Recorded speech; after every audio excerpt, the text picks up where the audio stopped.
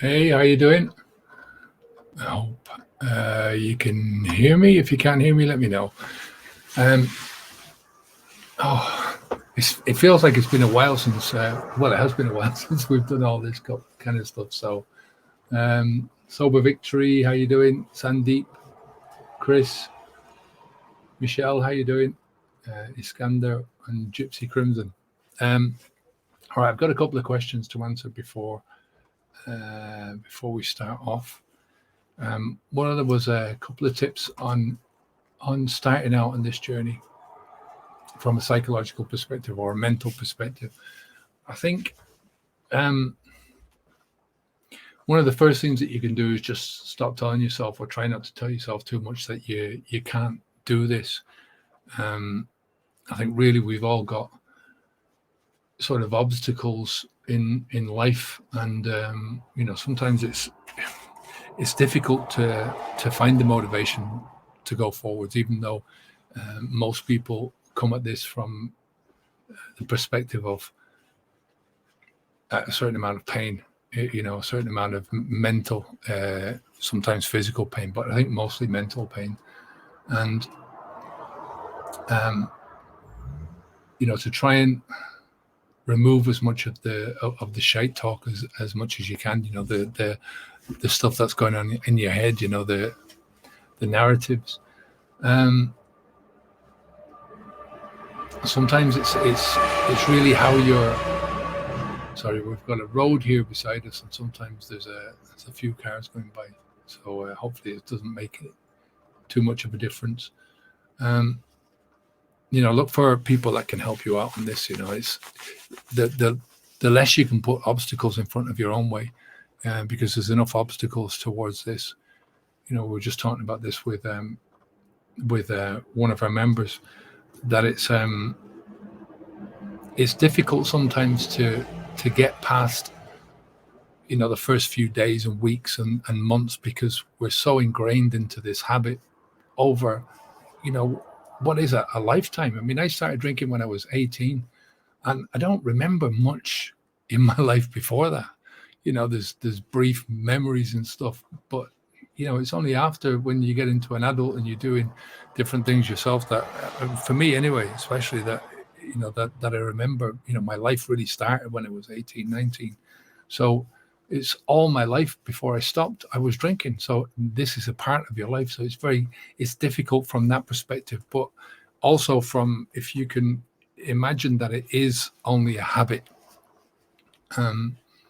that you're dealing with that habit, and the only way to break down the habit is to not do it day after day after day. And you'll find that it becomes easier within those first few weeks, just to get past that day-to-day stuff. So I hope that makes sense. I had this one as well, from how to set goals earlier on. Don't worry too much about the goals. Goals are something that I think, if you're, especially in the first couple of months, just think about them in a general way. Like, this is something that you're aiming towards. I mean, our whole emphasis is always on moving away from, trying to decompose the habit first, leave the alcohol behind, decompose the habit, and then you turn and face into the future, and what you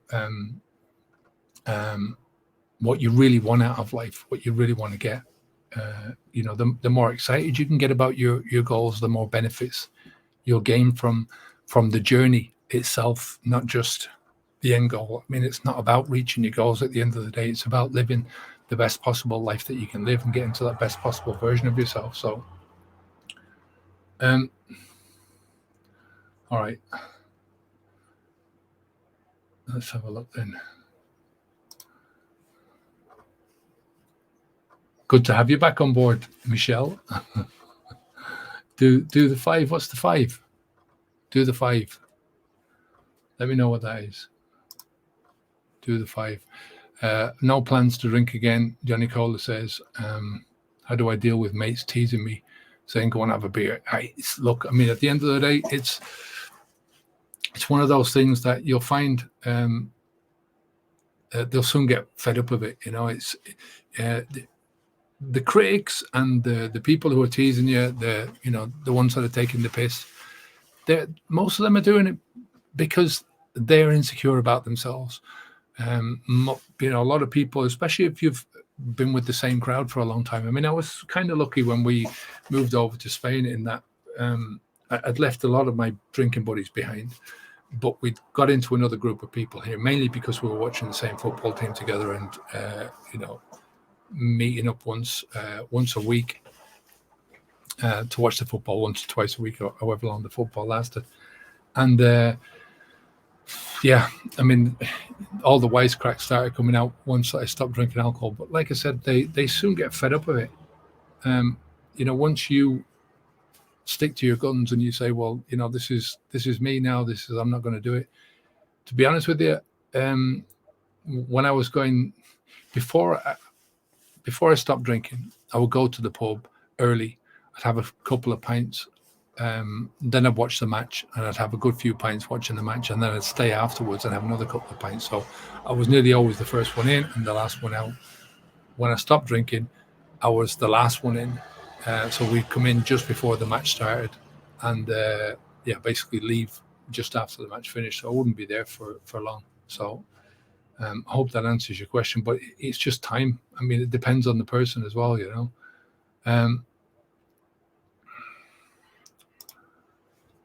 Well done, John. Hey, Steve, how you doing? Onwards and upwards, Ben. Papa Spear says, I did 5 weeks and fell off. Now 5 days and trying my hardest. Yeah, it's, just think about this from the perspective of use that 5 weeks as experience. It's one of the toughest things about this whole journey is trying to give yourself the experience of not drinking. Like I say, it's a habit. For most people, that's all it is. And, even for the most people that I coach, they're not drinking during the day. They're not getting up in the morning and drinking. It's normally towards the end of the day after their day's work, drinking in the evenings and, earlier in the day at the weekends. So you do this over and over and over again, and it becomes second nature to you. And it's that discomfort that you feel by not doing it. That's the sort of the thing that you have to get over. So, and it's just one of those things where you have to not do it, do the 5 days sober again. Okay. All right, Michelle. Yeah, I get it now. Yeah. It's, I think sometimes those things can be the biggest motivation to you because, nothing else is going to motivate you more than something in your own life. I mean, reading other people's stories is all good and well, but until you have something in your own life that is that's pushing you with urgency, that urgency specifically to your life is going to help you more than anything else. So, Gypsy, how are you doing? Proud of all just for doing it today, regardless of how often we may have moments. What is awesome is that you're back at it. Exactly. It's a tough journey for most people. I mean, I was reading a comment yesterday. We did a video on cravings, and there was a lady there who was 65 and she was looking after her mother who was 84, 85. But the mother had she had schizophrenia, and she had schizophrenia for, I think it was schizophrenia for most of this lady's adult life. So, when you're dealing with something like that in your life, that's it's tough as well. It's just sometimes you get stuck in your own life and your own journey, and you're seeing things from your own perspective. Yeah.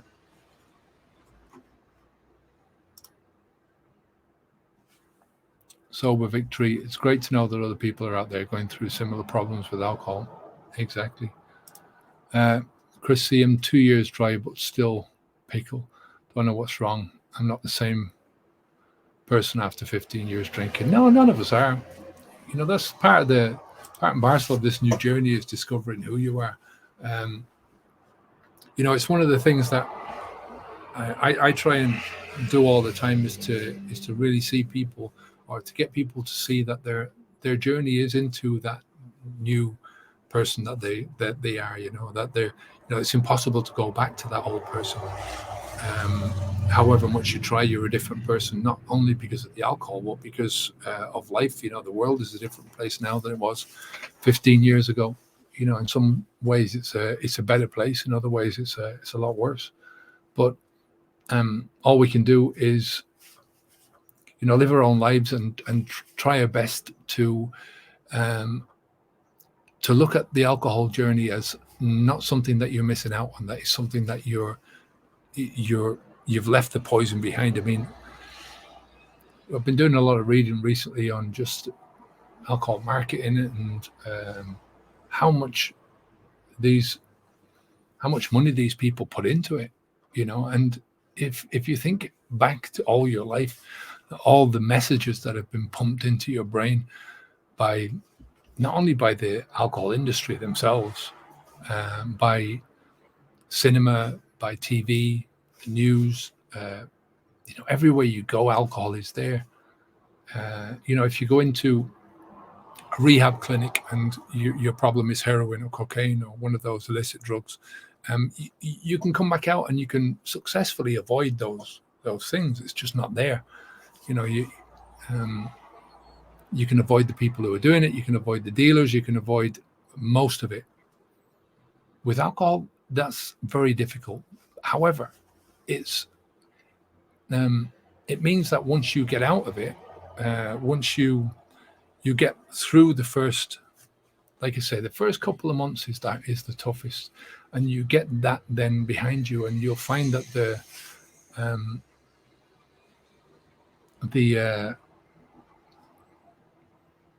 the day-to-day living becomes easier. The day-to-day, it becomes easier to get through your days without thinking about alcohol.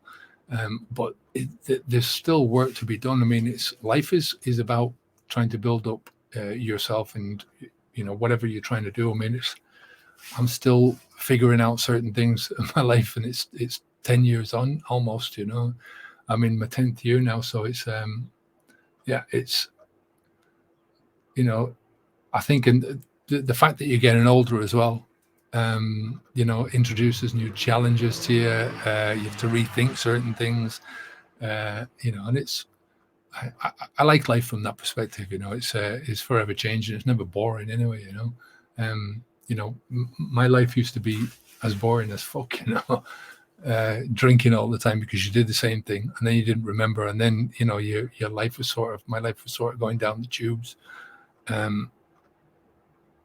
Physically, mentally, everything. But then, you know, you were drinking and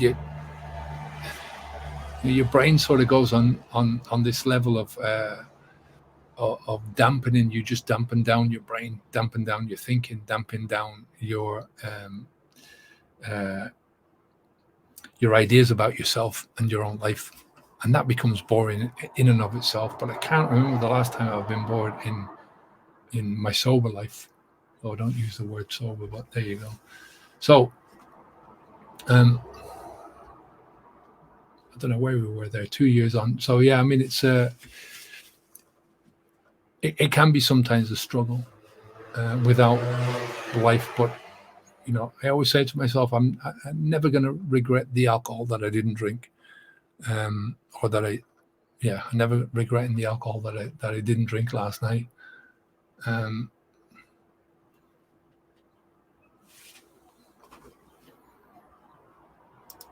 Sober Victory, it's great to know that other people are out there. Yeah, it is. Sorry, I've done that one before. Forrest, thanks, Kevin. 12 days in, had 62 days but slipped, and had a few not even close to how it was. Have way more tools. just hard day in and day out, but really trying hard. It is.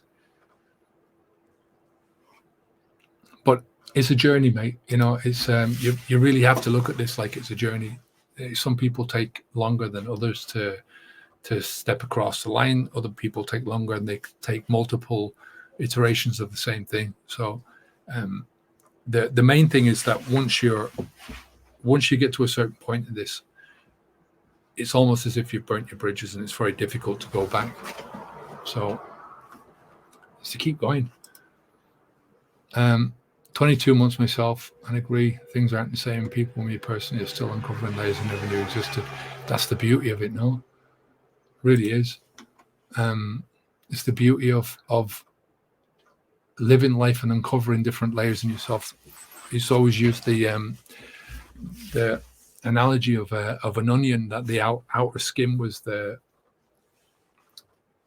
alcohol, and then once you peel that back, then there's so many different layers underneath.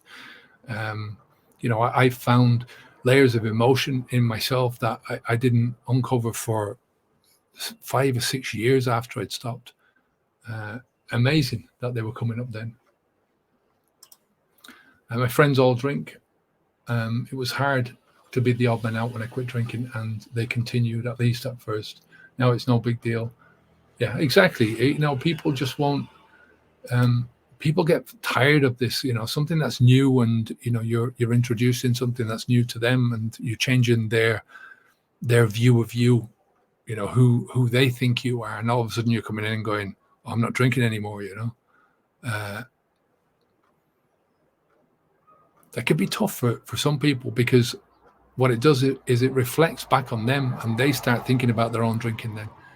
And maybe they haven't got to that stage yet where they want to stop themselves, but they're, every drinker, especially if you're friends with other drinkers, they tend to be on the same level. Hold on. They tend to be on the same level as you. And that means that they're feeling, they're going through the same internals, the same, maybe not the same mental stuff, but it can be difficult for people when other people change, because they're thinking, well, are you going to leave me behind? I always remember a mate of mine in Ireland, when I stopped when we came over to Spain, he said, what am I going to do now? Where's my drinking? And he used to always say to me, I'd love to do that. I said, well, why don't you? Yeah, I've got my girlfriend here. I've got this here. I've got that there. And I saw him the second time I went back to Ireland. I saw this guy, and he looked like shit. And he'd lost his house. He'd lost his girlfriend, and he wasn't going anywhere no more. So, it was sad for me to see that. Depressing. But no worries, mate.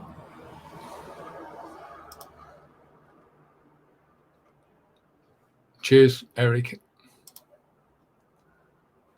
No worries. After a month, which takes a lot, my brain romanticizes it and lies to me that I can be a social drinker. I know it's bollocks, but I'm not planning on failing for it now. Enough after 20 years. Yeah, how many people have the same thing, mate? It's like I said, a lot of people stop this not because of it's the same thing with moderation. We use this thing in the program called moderation cycle, which means that people don't moderate the alcohol, they moderate the pain. You're only moderating because you've got to a certain level where you're thinking, well, I need to do something about this, and it's not the alcohol, it's what it's doing to you, it's the consequences. So that is normally an emotional thing. I mean, most drinking is emotional anyway, but it's an emotional thing. So you moderate the alcohol, whether you cut it out altogether and you don't drink for a while, or you cut it down. I could never cut it down because I didn't see the point in only having 1 or 2 drinks. So I would always not drink for a while, and then not drink for 2 or 3 days, but then I drink more at the weekend. So it wasn't the point. But when I was moderating it, I'd go off it for 2 or 3 weeks maybe, you're trying to moderate the pain. As soon as the pain goes away, then the motivation goes away, and then you're back into the same cycle again. So it's that moderation cycle, and you go round and round and round in this, and each iteration gets worse and worse because you're when you try and moderate and you go back to drinking again, to the old style drinking, or worse, you look at yourself in a different way. You look at yourself as a bit of a failure, and each time you get a bit of a failure, you sort of knock a chip off your self-confidence. That affects you the next time you come around to it, and you go, well, yeah, I didn't make it the last time, or I didn't make it the last 10 times I tried to do this, so what makes me think I can do it now, So, like I said, that romanticization that you're talking about, that comes around with the loss of motivation. Once your motivation is gone, then the narrative starts to come back in. Sure, 1 or 2 pints would be grand. No problem with that, Sitting on the balcony with a glass of wine, watching the sun go down. Like I say, and the marketing piles in, and is convincing, because the marketing, the only people that the marketing are after are the heavy drinkers, because they're 50% of the alcohol is sold to heavy drinkers, and the youth, kids. They're the only people that the marketers, the alcohol marketers, really go after. So, it's to keep people drinking, and like any drug dealer, to start people coming in that door. The younger you can get people into this, the easier it is to keep them in the long term.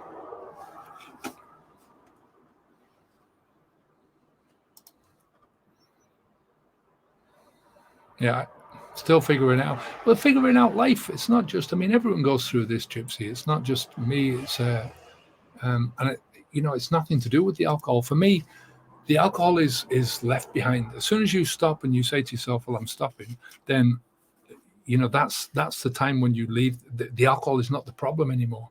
It's changing your life and changing your mind and changing the way that you think. That's the problem, and that's the problem that keeps people going backwards, because they don't know how to move forwards without the crutch or without the escape mechanism. Think about alcohol as just a tool in order to, like one of these things that you can open up this hatch in the ground and climb into it and pull it over, cover yourself up with life, and then you don't have to look at life for a little while. Without alcohol, you don't have that. You see a lot of people trying to find another drug. A lot of people will stop drinking, but they'll start using marijuana, or they'll start using something else to look for psychedelics or something like that, mostly marijuana. But my camera's gone really there we go. So yeah, it's figuring out that you don't need any of these safety blankets. You don't need a crutch to get into life, or your crutches can be for me, going out walking, it's been just a huge thing for me to bring me back down to a level mind, and the more you work on yourself, the more you get into that contented state, like a flow state. But it's you're in general in this you have little ups and you have little downs. Sometimes you have a big up and sometimes you have a big down, but it's not like anything like the alcohol up and down. When I was drinking, I had so much 1 step forwards, 2 steps back. That was my life. Could describe my life in every detail, emotionally, intellectually, everything. There was just no moving forwards, because I had this crutch. But it was something that was like best way to describe it is just a black hole, that it was sucking everything else in my life into it. Not the alcohol, but the habit, that instant gratification habit, where you're as soon as there's a problem, you're looking for an escape. As soon as there's the sun is shining, you're looking for the high. As soon as the the sun is not shining, it's pissing down rain, you're looking for something to console you, you know. So there's all these emotional imbalances that are happening in your life. A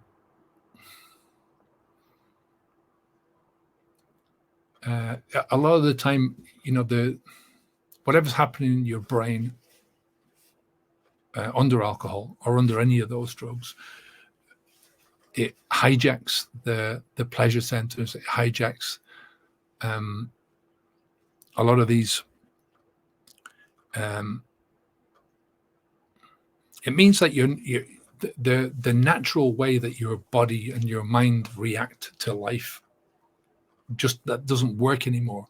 You know, the dopamine levels or the serotonin or whatever it is. I mean, I'm not too much into that because it doesn't really matter. You know, it's something that I can't see that. I mean, I'm much better off looking at it from the perspective of happiness, sadness. So, you know, I used alcohol to lift me up, to try and give me happiness, and also to avert and try and push down sadness or any negative emotions, trying to lift up the positive emotions, push down the negative emotions. And the more you do that, the more you become reliant on the alcohol or the drug or whatever it is that you're using. And that's when you take that out then of your life, it becomes difficult because all of this balancing inside your brain is all screwed up. And it takes a while before that starts to rebalance itself. That's from a physical perspective. Now you're also looking at it from a psychological perspective in terms of who are you? You know, if you live your life and you say to yourself, well, I'm this person. I'm a wine drinker, or I'm a beer drinker, I'm a Guinness drinker was my thing. When we came over to Spain, it was I'm a wine drinker. You know, it's just, you start asking yourself, well, who am I? And that who you are is something that is you have to develop yourself, you know. And sometimes you feel lost. And it takes a while, and it's not like, you know, you're this one individual person, you find one thing and then you're on the path. You're so many different things. You know, we talk about 12 categories on V2. It's like you've got the category of you as a son or a daughter, you as a parent, you as a friend, you as a worker and a colleague. So your career, your who you think you are in terms of your health, in terms of your wealth, in terms of what you do for hobbies, all of these things are part and parcel of that core individual that you think you are. And that all changes. Everything changes. You know, you'll find that alcohol, like I said, it becomes like the behavior becomes like a black hole. So it's all revolving around this one thing. So your core self, once you take the alcohol out, there's so many little voids that are left there, and you know, you don't see this all at once, but you know, I think the pain at the beginning is more in the sense of you feel that there is a big gap missing, but as you move through this journey, you'll find that there's a lot of little gaps missing that you have to fill in, and those little gaps necessitate you sitting down and really thinking about things and digging down into yourself. And that can be a difficult process because it's painful. You know, some of that is painful. Some of it is you'll find things and you go, Jesus, I didn't think of that before. I haven't thought about that in years, or I haven't thought about myself in that way in years. And some of it is uplifting, and you'll find that in yourself, and that's good. The painful parts are good as well, because you know you're lifting things up that are repressed and shouldn't be repressed, that need to be lifted up and to be thought out and thought through. But it's only when you do that work on yourself, and that's the difficult part. You know, if you don't know where you're going, you know, it's like we were talking earlier on about the goal. The goal is to try and live that best possible version of yourself. That I chose that as my own goal because it's so broad. And you can work on little bits of it every day as you're moving forwards. You know, if I can improve myself a tiny little bit every day, sometimes unnoticeable amounts of improvements, but it all adds up. It's the same thing as in the opposite direction. When you drink, you don't notice you might notice the hangover in the next day, but you eventually get over that. But it's that accumulation of doing the same thing over and over again. It's the accumulation of the damage, physical, mental damage that you go through. It's the accumulation of damage to other people in your life, to the surrounding things, that narrowing of things in your life.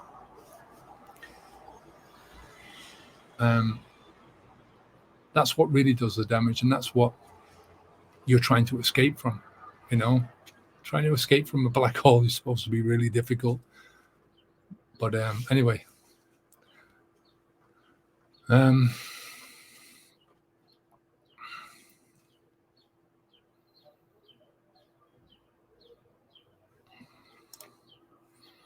alcohol strips away every layer of dignity and self-respect, ironically. Yeah.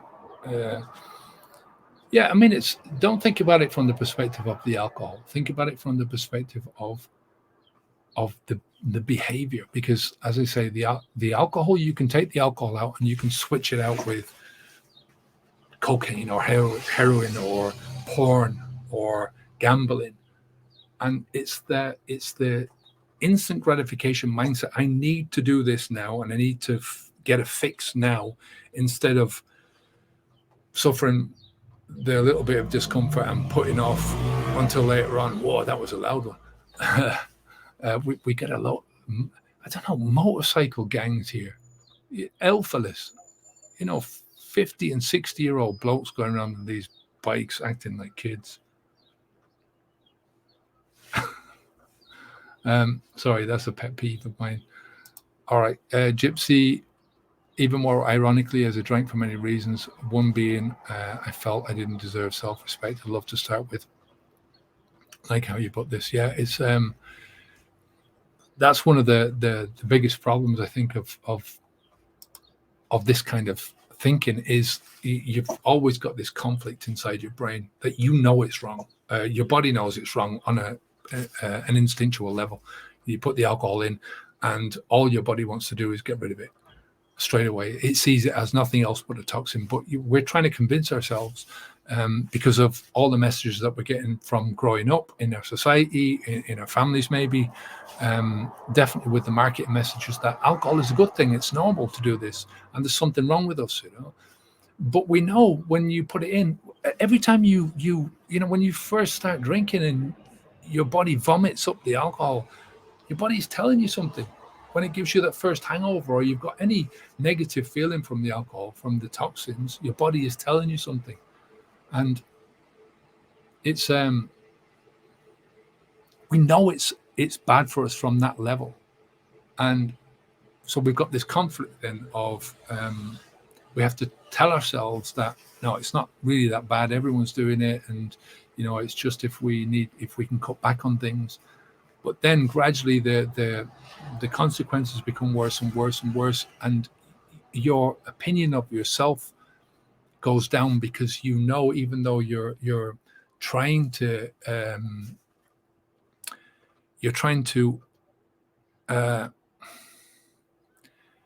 tell yourself that you're intelligent, that you're not stupid, but at the same time you've got this sort of like a double the Jekyll and Hyde complex, that kind of thing. So that's one of the best things about stopping drinking alcohol, is that conflict is there with you all the time, and it never leaves you once you're drinking.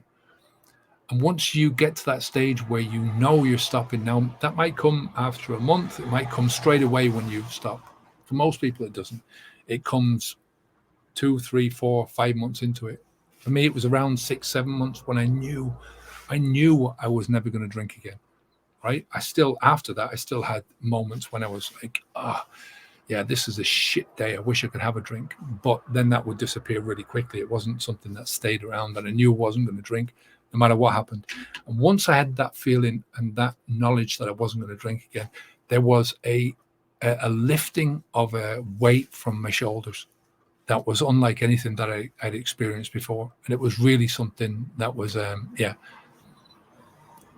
you only notice the burden a lot of the time once it's been lifted.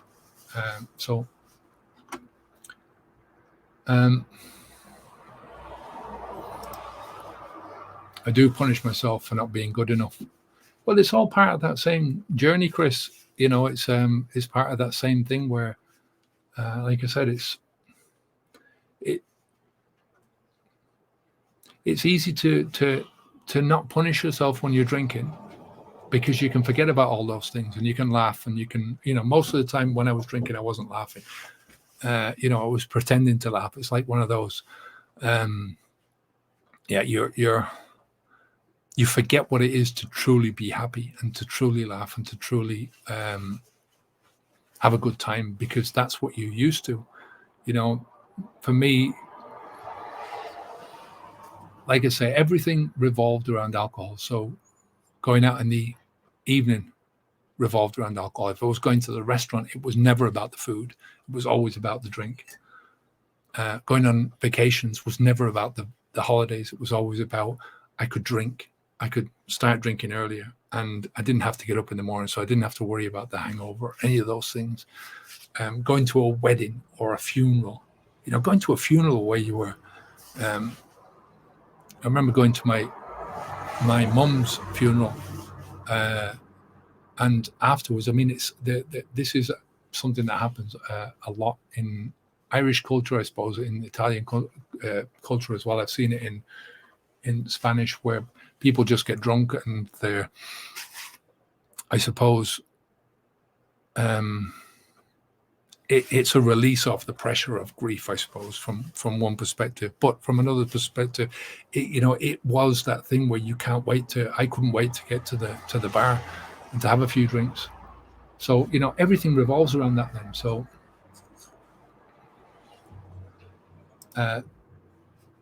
the narrative, that's a great way of putting it. Yeah, it's just the stories, whatever way you want to put this. I'm just having some tea here. If you want tea that's going to calm you down, chamomile tea. Or in the evening, a good one is valerian root. Valerian.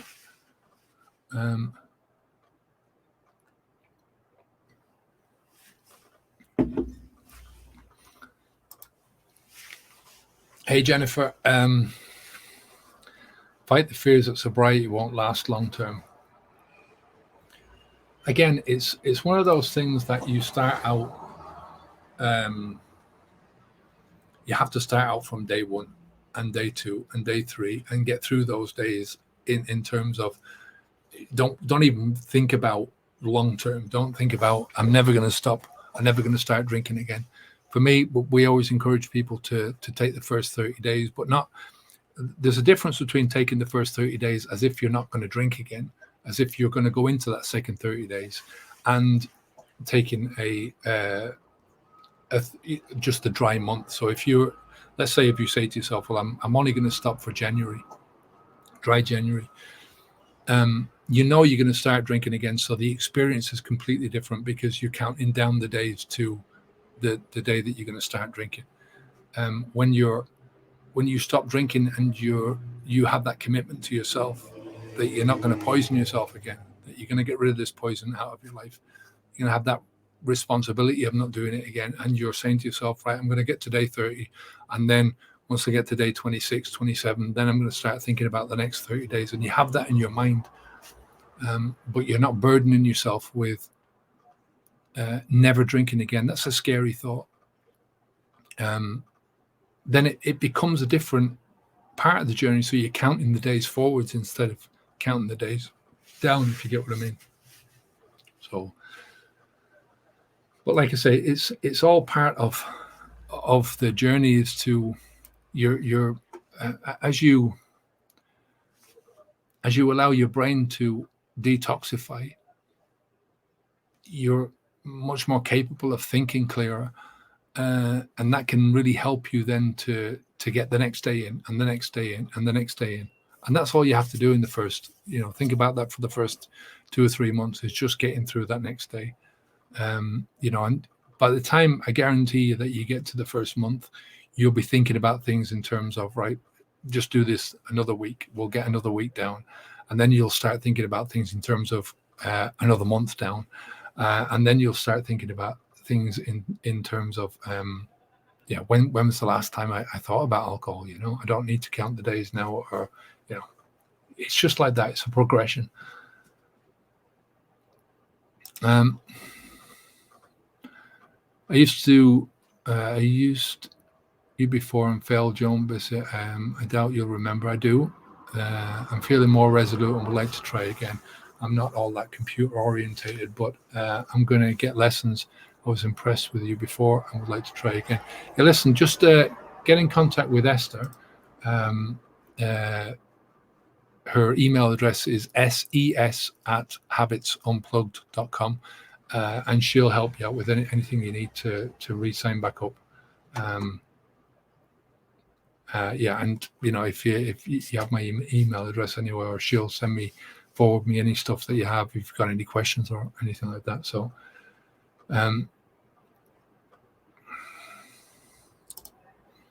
T.O. soon I'm attending a reunion with uni mates I haven't seen in years. Our bond at uni was formed through a shared hobby of drinking, partying. So I fear I'll feel like an outsider that I don't drink.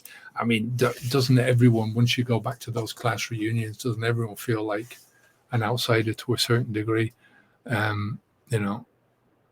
It's a strange one. I wouldn't let that. Look, you have to think about yourself. Think about your own health. Think about where you're going to be in 5 years' time. Doesn't make any difference. About moments like that, they're going to disappear. You'll go there and you'll come back home, think about the next day,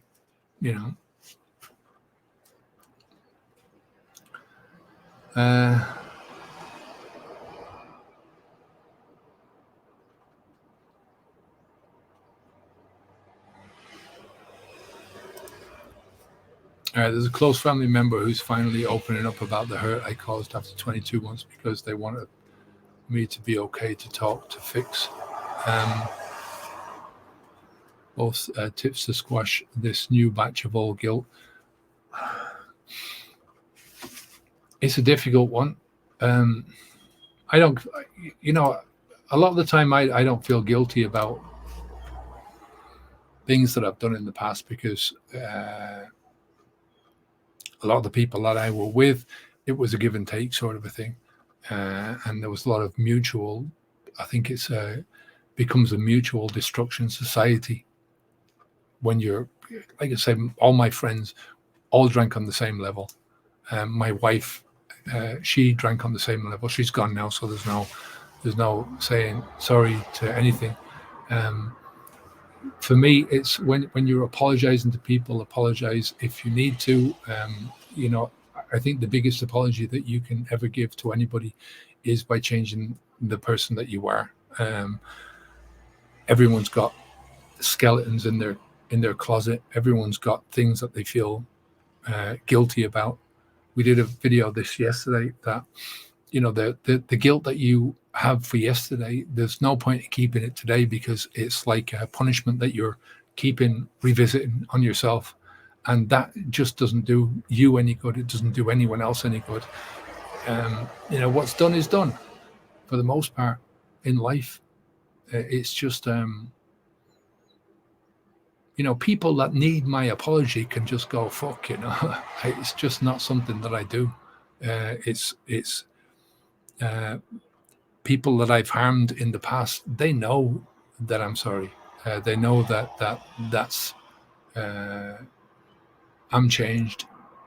But like I said, there's very few people that I care about enough to feel that way, to carry any guilt. My son is the biggest person that and that's something that I work on all the time. And that's enough for me. I don't know whether that's a male thing or, I don't know. It's just something that I think it's a destructive force that if you carry it inside yourself and you keep doing it, you keep bringing it up, or other people bring it up. If other people bring shit up that I've done in the past, it's like I'm not interested in listening to that. It's like, get on with things. So what? Things are, life is tough enough. Without revisiting shit that you've done in the past, So yeah.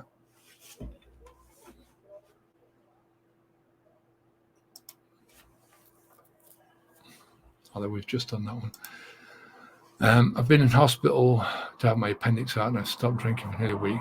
Fair play, Joan. Well done.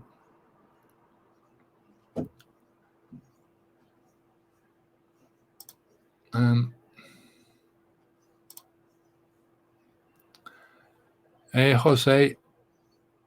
Just stopping by to say hello, Kevin. Hope the move went smoothly. Yeah, it went really good. We were knackered for, really tired for. It's one of those things. I think it's the hardest thing that I've done since I stopped drinking. To be honest, it was just really tough. Moving to a different country and everything that they speak Catalan up here, so we've been learning Spanish, and you can get away with Spanish up here, so it's not too bad. But just moving into this is a really small country. It's very libertarian in certain ways, but then because it's a small country, you've got a sort of a very tight-knit bureaucracy that you have to fill out this form for this and that form for that. The dogs have got to have this thing and that thing, and just a nightmare. But everything's done now, and we're settled in, and yeah, it's brilliant. So yeah, thanks. My liver enzyme levels were all over the place, and I got scared during my last checkup. Don't let your drinking come to this point. Yeah, to be honest, I didn't get my liver checked at all when I stopped. I got my liver checked last year just before we moved up here, and I had fatty liver. So I always knew there was damage there, but there's a lot you can do in your own life to change this with diet and exercise, and just changing those things, changing the stress in life. There's a lot of crap going on in the world now at the moment, but there's ways that you can avoid all of this stuff. Most of the stuff that's going on, unless it's really affecting you. And I think to a certain degree, your levels of stress can be that can affect you physically. It can affect those things like your liver. Hey, Big G. I fear bereavement. A close family member would seriously put me under a huge pressure to self-destruct.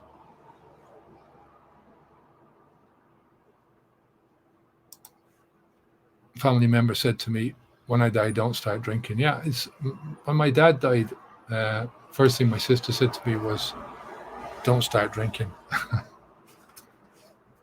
That was a concern, but that's a concern of other people, so I wouldn't worry about that. Like I said, I drank when my mom died, and that was terrible. It was just a horrible. I drank when my wife died. She's gone now since 2004, so Jesus, 18 years. And that was that took me years to get over. Years. Because you're not dealing with anything. You're pushing it down again. It's those emotions that you're pushing down. Not a good thing. I drank when my mum died, the same thing, and not dealing with these things. My dad died when I was sober, and it was such an easier thing to deal with, an easier time to deal with. I mean, he was older, and we had, it was different circumstances, but you process things on a different level when you're sober, when your brain is not fucked up with alcohol. So yeah, I mean, it's that kind of thing is again, we're going back to the narrative, to the stories that you're telling yourself. Why is this camera doing that? You're going back to the stories that you're telling yourself. If you tell yourself in your head that things are going to be more difficult, and I know it's not that easy. It takes practice, but this is all about practice. Like I said at the beginning, that you're building a new life for yourself. You're building a new version of yourself. That's why we call Habits V2 is the second version of who you are. This is a chance to build yourself from the bottom up. from scratch, basically. I mean, you've got a lot of stuff that becomes who you are is who you are. Your personality is your personality, but there's so many different things that you can change and deliberately change. That you have a hand in moving forwards, slowly but surely, and that's how it goes.